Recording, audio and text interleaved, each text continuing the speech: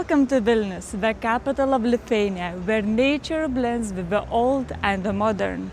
I am Lithuanian and I have been living in Vilnius for more than 15 years now. And since I'm making videos about traveling in Lithuania, I would be more than happy to show you all the interesting places you can visit in this city. But first, let's start with some general information. Vilnius city is situated in the east of Lithuania, with around 100 kilometers away from the second largest city in the country, Kaunas, and around 300 kilometers from Klaipėda, the port city. The population of Vilnius city is more than 600,000 as of 2025. Vilnius has so much to see and do. It has a beautiful old town protected by the UNESCO World Heritage, a modern CBD, quirky neighborhoods, some manor houses, and even 2 regional parks inside the city's borders. I will show you all that and some hidden gems, but as that is quite a lot, I thought it would be best to spread it out into 2 videos. This is part 1, where I will tell you all about the essentials, the main sights to see, Vilnius Old Town and the museums you can visit in the city center. In the second part, I'll show you more of Vilnius neighborhoods, the nature inside the city, the regional parks and activities you can do here. So stay tuned for the next video too. Let's begin! When you first come to Vilnius, it's a must to visit this beautiful old town with some buildings more than 500 years old. There you can time travel back to the times of the Grand Duchy of Lithuania and see its history through various styles of architecture. Gothic, Renaissance, Baroque and Classic, all blending in together beautifully. But the history of Vilnius starts even before that. There is an interesting legend about how Vilnius was established, which probably every Lithuanian knows. Back in the 13th century, the Grand Duke Gediminas was hunting in the forest in this area. After a successful hunt, he camped here for the night. At night, he had a dream of an iron wolf on top of a nearby hill, howling so loudly as if it were hundreds of wolves howling inside him. The next day, he asked his priest, Lizdeika, to tell the meaning of his dream. The priest answered like this: "The iron wolf means that the great capital will be located here, and the loud howling means that the sound of this capital will be heard all over the world." Gediminas immediately decided to build a city here with a castle on top of a hill and called it Vilnius, after the river Vilnia flowing through the valley. And the castle he built is probably the main symbol of Vilnius today. Although it is just a small remnant of a defensive Gothic castle at the top of a hill, this is one of the best spots for wide views of the old town and is a great spot to start the tour of the city. The tower itself has a small museum inside, which is a great introduction to Lithuanian history. A much more extensive history collection is at the National Museum at the foot of the tower, with several different buildings from the lower castle complex. So prepare to spend a few hours there if you want to see it all.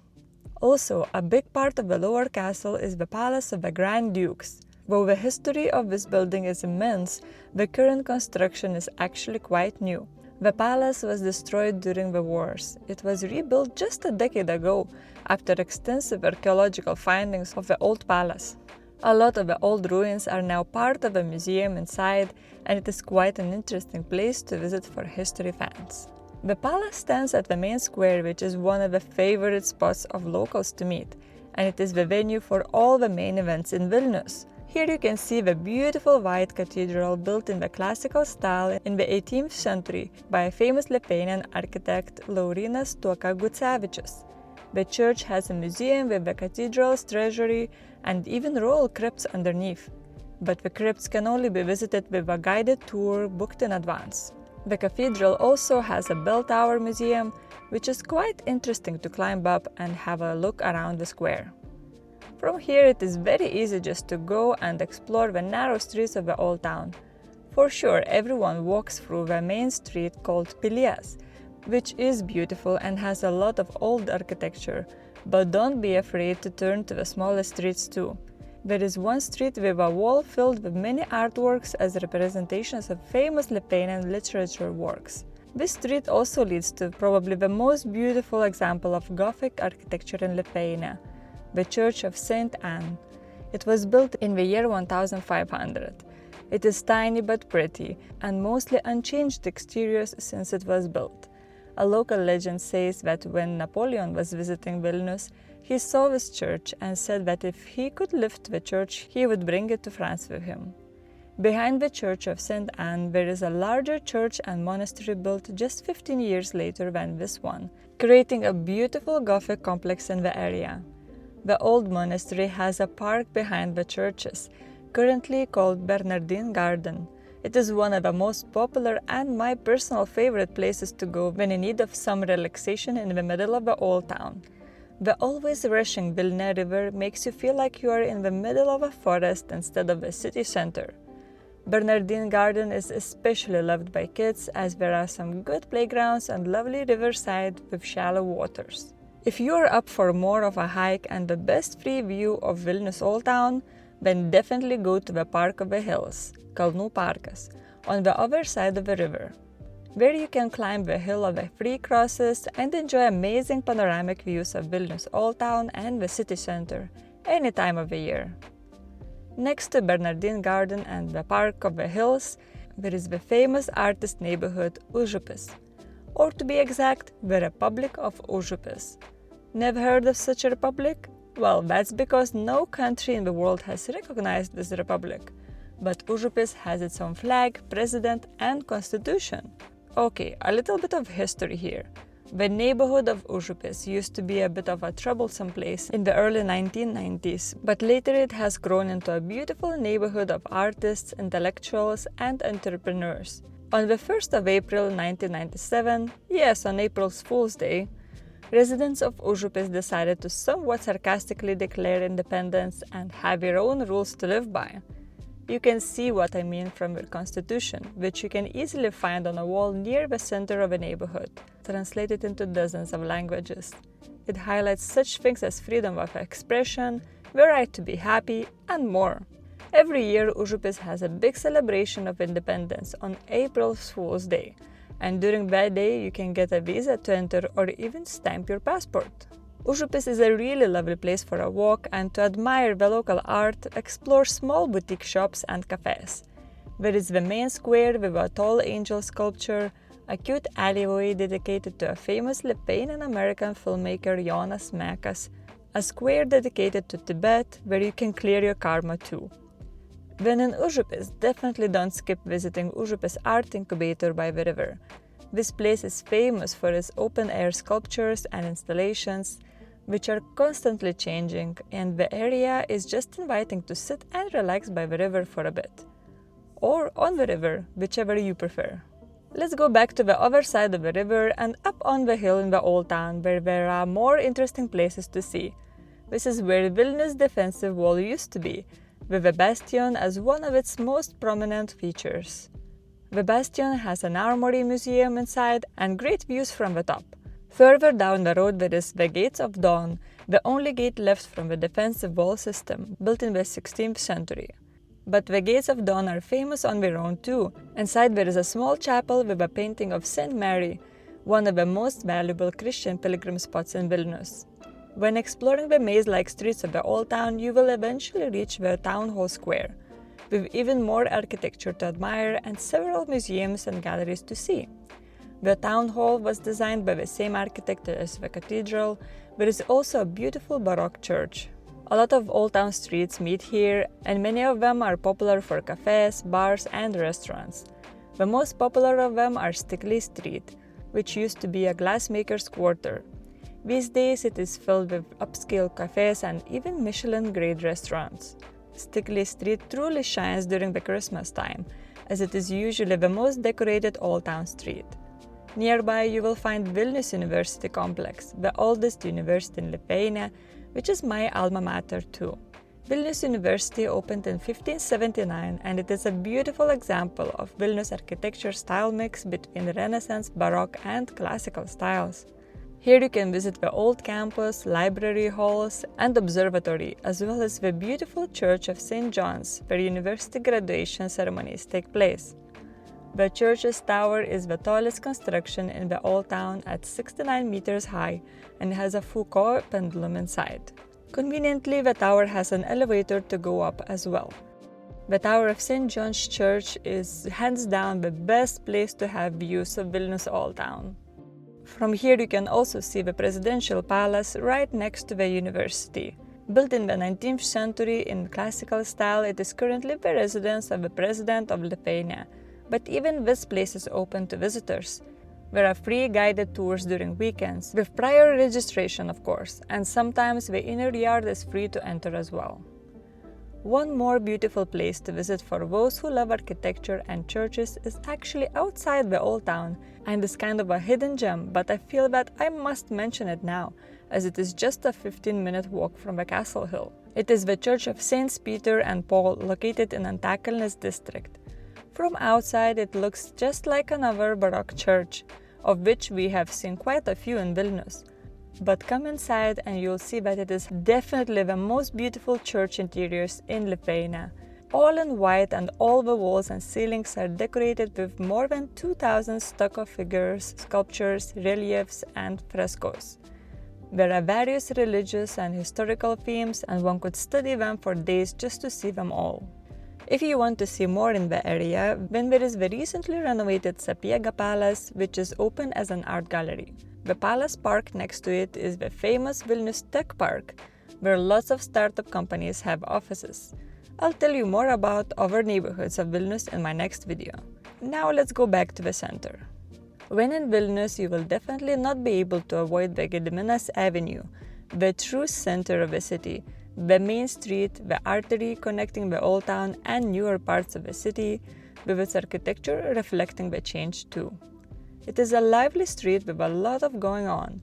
Key governmental institutions can be found right beside various cultural centers and theaters, as well as entertainment and shopping hotspots. This is where all the parades take place, as well as most street fairs. There are some museums here too, such as the completely free Money Museum of the Bank of Lithuania, with some interesting exhibits about money, and much further down the street from the old town, but totally worth a walk, is the Museum of Occupations and Freedom Fights. It is definitely a museum of a darker time of Lithuanian history, situated in a former KGB headquarters and prison, and dedicated to Lithuanians who fought for freedom during the Soviet occupation. If you like alternative places with dark history, then also visit another place nearby, Lukiškės prison. Lukiškės prison, situated in the city center right behind Gediminas Avenue, is one of the oldest prisons in the country, and it was operational until 2019. But these days the building is used for various cultural events, including Christmas markets. However, both the exteriors and interiors remain exactly the same as they were before. It's bizarre to take a walk through its corridors, sipping hot cocoa in between the cells, where the most notorious criminals were locked up. There are also special tours available. Fun fact for movie buffs, Lukiškės prison was also featured in the 4th season of the TV series Stranger Things. While we are still exploring the city center around the Lukiškės area, I must mention a place that is one of the local favorites to go to when the sun comes out. It is the White Bridge area, connecting the old center with the new city, the Central Business District. The White Bridge is much more than a bridge. This is where everyone comes to enjoy their downtime, have picnics, and do various sports. You will find everything here, from skateboarding and outdoor gym to basketball and volleyball pitches. Even hot air balloons often fly from here, although in recent years this became more limited because of increased air traffic. Lots of public events and concerts take place here as well, like a laser show during the festival Vilnius Days held in September.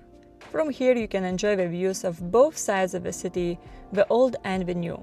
When it comes to sightseeing, if you like art, then don't miss out on the National Art Gallery, a large modernist building next to the high-rise office buildings.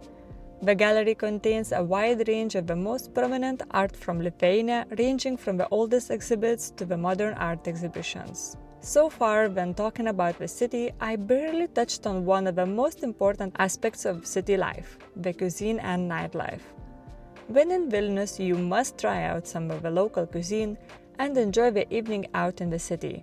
I have made a separate video all about the Lithuanian cuisine, so if you want all the details about what kind of food to try, you can check it out. I will leave a link in the video description. In terms of where to go to eat, there are so many places to visit in Vilnius for all kinds of taste buds. For a local life flair, you can surely have lunch at the White Bridge food court or the slightly fancier Paupys market near Užupis, but it is a market only in name. It is just a food court. For an actual market experience, definitely go to Halės market near the Gate of Dawn, where you will find all kinds of local goods. When it comes to local bakeries, biržų duona or kmyninė is always a good option for local flavors. You can find them all around the old town. Whenever I want to indulge myself, my go-to place is Pinavija Bakery in Vilnius Street. But there are many more options to try around the town. It seems that fancy-looking bakeries is the trend these days. When it comes to restaurants where you can try the Lithuanian cuisine, I'll tell you of some of my favorites. You will have no problem finding traditional Lithuanian food all around the old town, but probably the best one out there is Etno Dvaras, which is actually a restaurant chain, so you'll find it in other parts of the city too. It is a decent price-quality ratio, and you'll find many Lithuanians dining there too. My personal favorite, however, is a bit away from the city center, located in Naujamiestis, Senoji Trobelė restaurant. Whether you are staying in that neighborhood or just feel like going an extra mile for a good meal, then it's definitely worth it. The atmosphere is authentic and there are more interesting meal options here, like cepelinai with venison and homemade bread and drinks. I would recommend reserving a table if you want to come there on weekend.